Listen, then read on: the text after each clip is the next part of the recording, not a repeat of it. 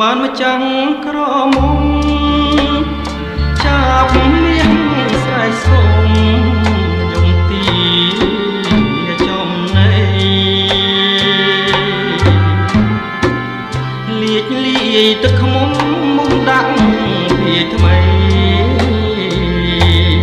បាញ់ចុកជួលដៃឲ្យចាប់ស្លាប់ចិត្ត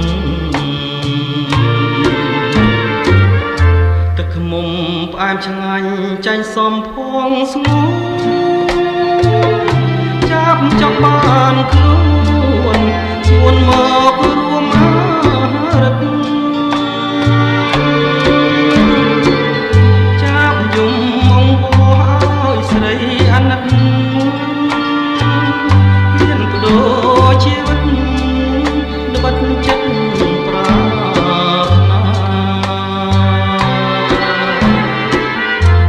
ចាប់អភ័មស្លាប់ក្នុងទ្រង់ស្រីសុំចាប់យកក្តីនៅក្នុងហាត់ថា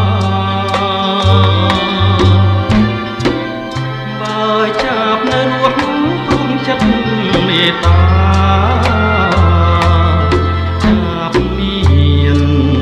វាសនារូបក្បែរទ្រង់អូ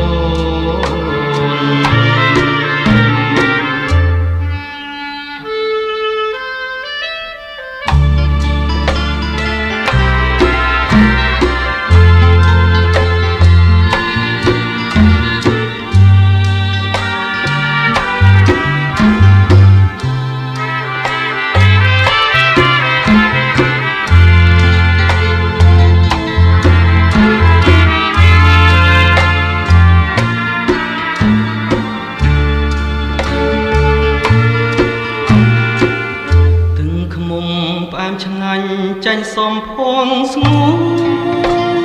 នចាប់ចង់បានខ្លួនស្ងួនមករួមអារឹក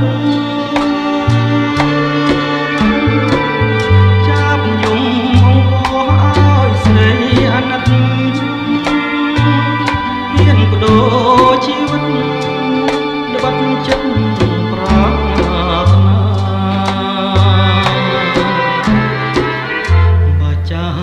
អភ័មស្លាប់ក្នុងទ្រង់ស្រី